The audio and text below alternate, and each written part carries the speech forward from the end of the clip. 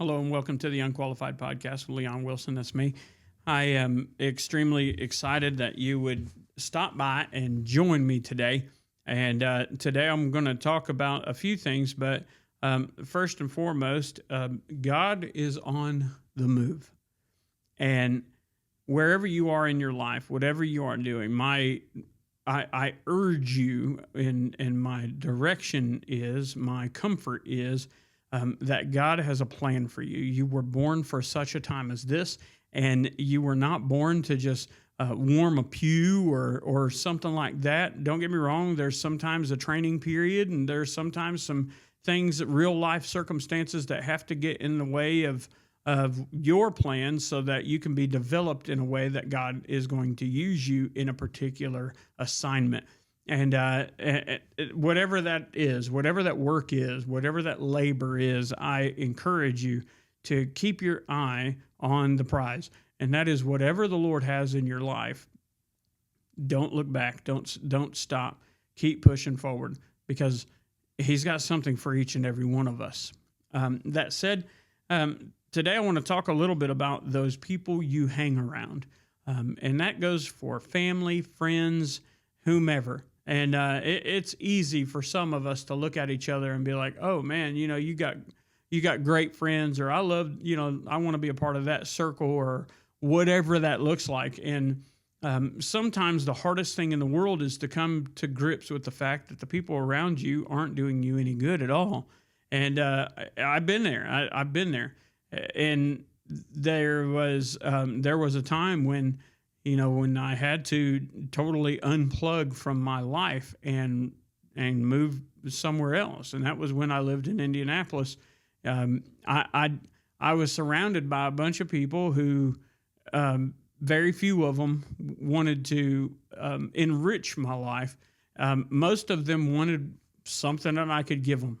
And it's a tough pill to swallow, especially when you're a giver. And there's givers and there's takers, and then there's the people that they fall. Sometimes they're givers, sometimes they're takers. But the truth is, not everybody wants to reciprocate your love.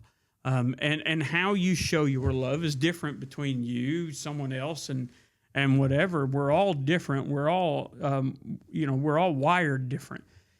Just because I am a particular way, I'm the most introverted extrovert you'll ever meet. I love being at home. I love being left alone and all that. But I also like being around people because, I feel like I can pour out. And I don't know why, but that's the way I've always been. Obviously, that's the way God designed me.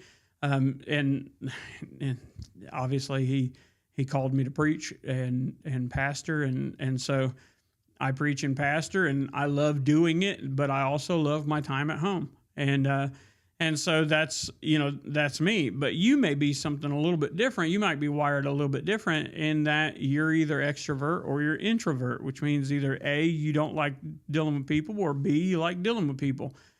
Some people, are one way and some people are the other, and I happen to be somewhat both, I guess. That said, the circle of people that you hang out with, your close-knit people that you hang out with. There was an old study. It says something along these lines, and I can't remember the exact number, but listen, you are the sum of I think it was like 5 people that you hang out with most, which means you equal the characteristics of these 5 people. And if you think about it, it's not law. Don't get me wrong. It's not law, but you are influenced by people, by the people you hang out with. I said today behind the pulpit that negativity breeds negativity.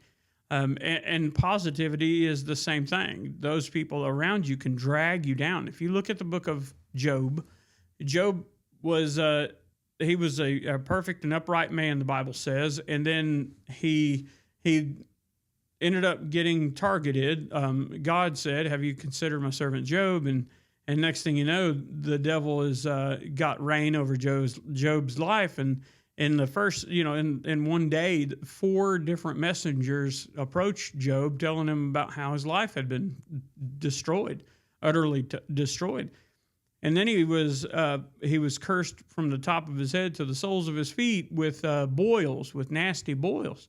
And he had some buddies that came over, and those buddies started dragging him down. And Job was like, look, I could have done this. If it was the other way around, I'd be trying to build y'all up.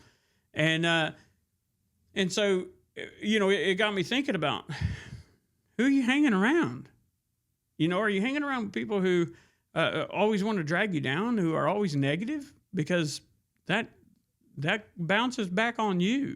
That you can't. You can put up with it for a certain amount of time, but then after a while, you start adopting those characteristics, even in a subtle way. But you start adopting those characteristics, and you think that you can affect positively the area around you, which you can to a degree. But there's only so much that you can do if they're pushing back, and that's a hard thing to do. It's kind of like the person who who loves going out and doing things and hiking and everything else. If you're around lazy people all the time, you start doing what you enjoy doing, what you're passionate about. You start doing it a little less and a little less and a little less until finally your passion has all but died, and you're living this according to these lazy characteristics, which that's not something that's easy to hear, but it is what it is. You can be dragged down by the people around you. And so my question is, are you affecting them like they're affecting you? And, who are you hanging around with? What's your circle look like? Is it time for you to get a new circle? Is it time for you to pick new friends and find you some people that are a lot more positive and are going to do, what glorifies the Lord? And, like a person who, if you're the only saved person in your circle, are they influencing you more than you are influencing them? And all of those are great questions and things that you should ponder, because time is short. We're not going to be on this earth that much longer. I'm certain of it. We are in the last days. And I can start throwing you a lot of examples of why that is. For instance, the Israel becoming a nation is a huge thing, and that was just 80 years ago when they became a nation. But you look at it now, and all of the criteria is pretty well set for the end times, that they would come back, their language would come back to life. That they would be very successful, that they get to a point where they start having peace, and that's right around the corner once they say peace and safety, and that they live in peace, and that they can tear down them fences and stuff like that. I'm telling you, like it's a pretty rough situation, because from Ezekiel, from there you get the Ezekiel 38 invasion, and that's about the time when the Antichrist is going to step in and say, hey, I can help y'all, and tries to take credit for the world peace and everything else. And then next thing you know, like the church is gone around that same time. So, time is very short. We've never been closer to a time when they could control your money and everything, like the Revelation 13 situation is. And I said all that to say this. You're playing with God if you think that it's not, that time is just something that you have all kinds of. I'm pushing 50, and I can tell you right now, I feel all the previous years, and I feel the pressure that my life is I maybe have 60, 70 years, if that, and on average, I only have 30. So if you look at male average, there's 30 years left in this life. And that's if something crazy doesn't happen to me. So, you got to take that into consideration. The average life expectancy is 74 years for a man in the United States of America. And that's a pretty high life expectancy in reference to the entire world. So you don't have a lot of time anyways. Plus, I'm very, very confident that we are living in the last of the last days. So time is short. You need to be careful who you hang out with. Share the gospel with everybody, but have your circle of influence, people that you feel like are good influences on you, and be a good influence on that circle. And then boom, now you got, you're a generator, you're turbocharged, and you're able to be ministry minded and not have people try to drag you away from the ministry. What's it mean to be ministry minded? I'm glad you asked. Let me tell you like this. We got the Great Commission, which is to share the gospel to everyone. And then we also have, when Jesus was talking about, I was in prison and you didn't visit me. I was hungry and you didn't feed me. I was naked and you didn't clothe me, and all those things. And they said, well, when was this, Lord? And he said, whatever you've done unto the least of these. So we should be going out in the open to help people, feed them, clothe them, bring them the gospel, visit them behind bars, and then also work, helping the widows and the orphans and those who are less fortunate. We should totally be sharing the gospel with all those people. Those are awesome avenues of sharing the gospel.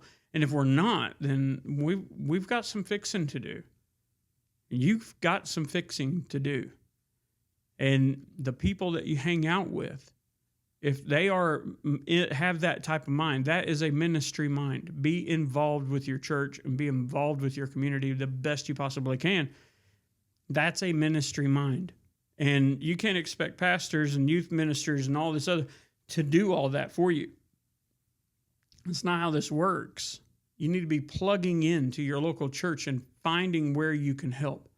And if you're not sure what your calling is, that's a pretty good way to help you find that calling, is to start getting involved in places, and the thing that resonates the most with you, that you develop the most passion for, it's a pretty good idea. That's where you're supposed to be. Because we're all given skills, talents, we're all given abilities, and we're all given the mental capacity, and our hearts are broken which develops passion toward a particular type of ministry. And when you are saved, you are drawn to do that. Like you feel a hunger, a desire to do that. Like, I need to be involved. And this right here, this helps me. It's a blessing here to be a blessing here. And that's a great way to find your calling, and it's a great way to develop into that calling. So I hope that answers a few of the questions you might have as far as what your calling is and how to figure that out. But I said all that to segue into this. Being influenced by the circle of people that you hang out with and influencing them is not the primary goal to your social life. The primary goal to your social life is to edify and share the gospel. And what's that look like? Well, first and foremost, the Christian should never meet a stranger who stays a stranger. We should always do our best to project Jesus on everyone we see to the best of our abilities. And in a lot of cases, and where we fail as Christians is that we will project Jesus with caveats. And so, for instance, I'm going to be a Christian. I'm going to be a good Christian until I'm in a bad mood. Or I'm going to be a loving Christian until somebody makes me mad.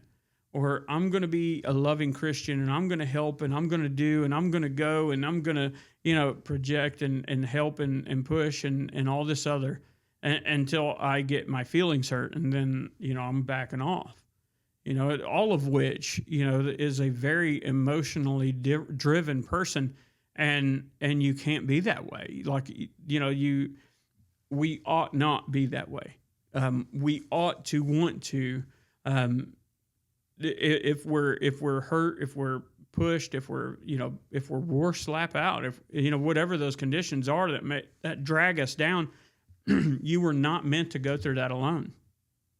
And number one, if you're married, your mate is your ministry partner right off the bat to a degree, to some type of degree, and it might even be to the same degree.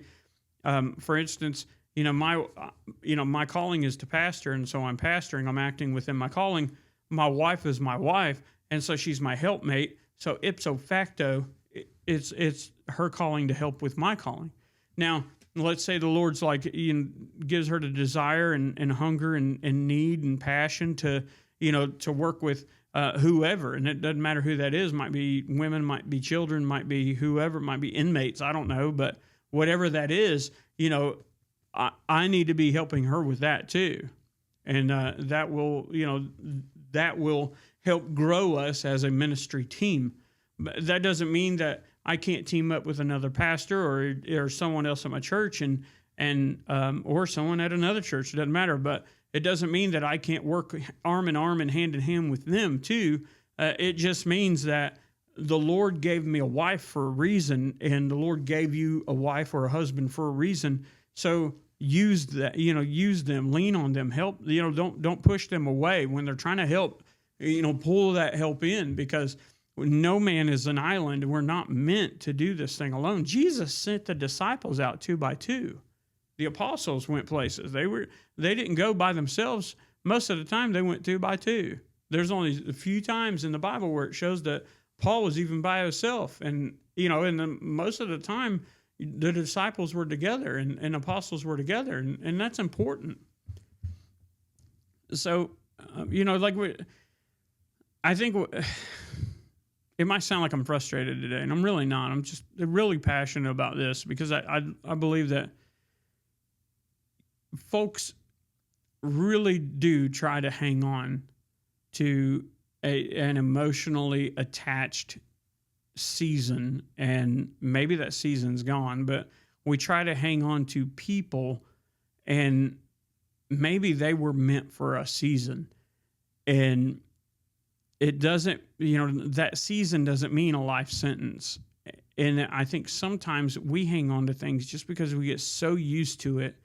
And, maybe we're being bound by decisions we made in the past, but, the moment that you can make forward progress and you don't, that's your fault.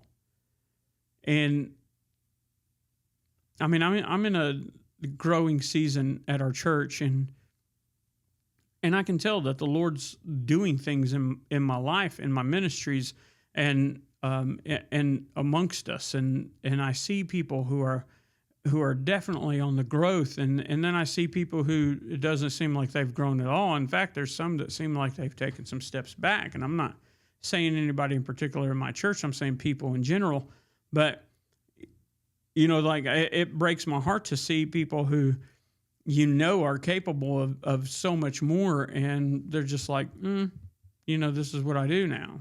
And it's like, okay, well, you've relegated yourself to that you can't blame anybody else.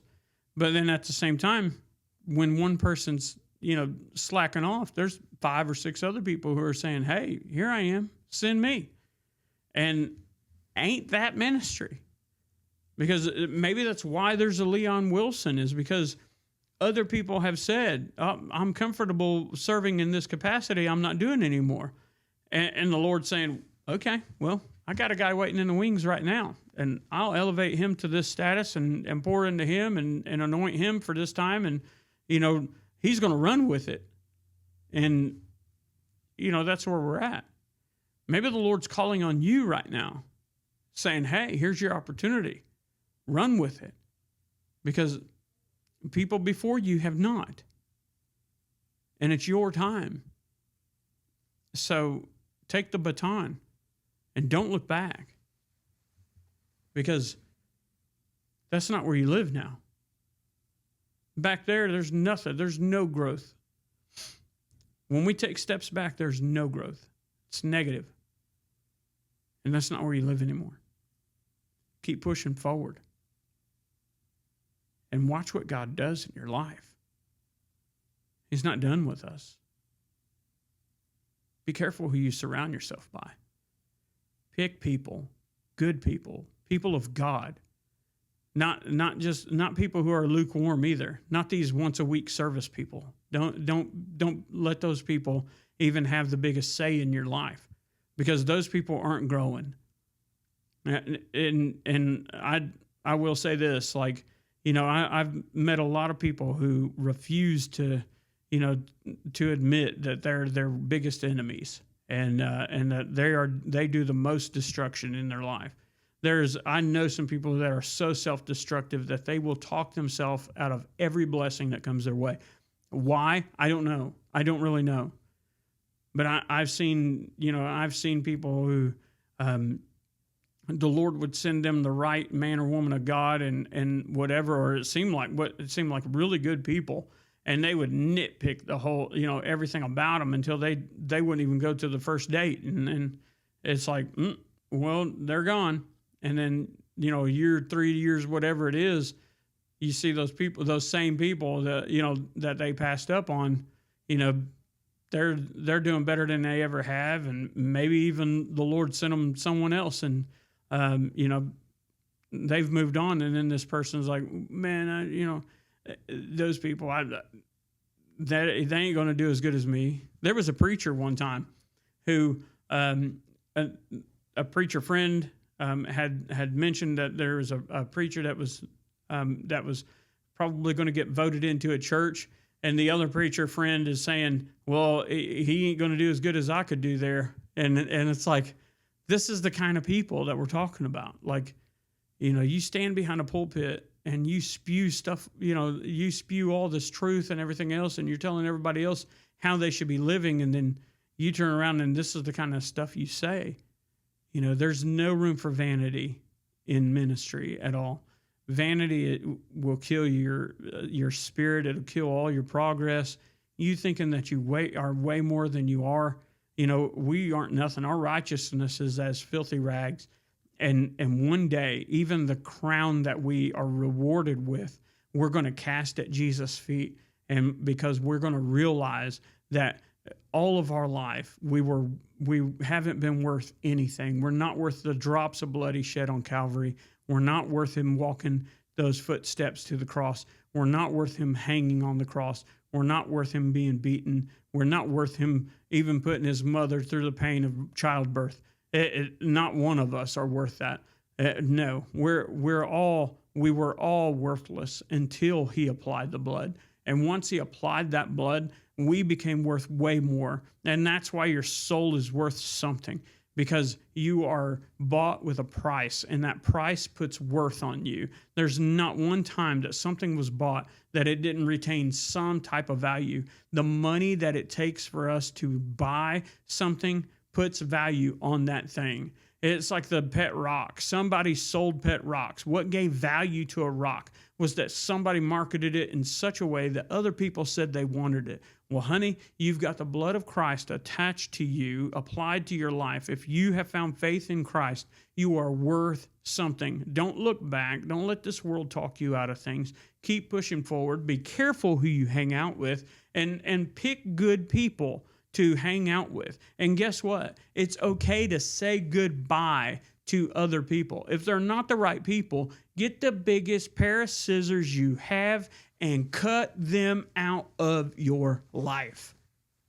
Don't stay with toxic people. They will ruin what you got. Trust me. Listen, I love you. God loves you. This has been the Unqualified Podcast with Leon Wilson.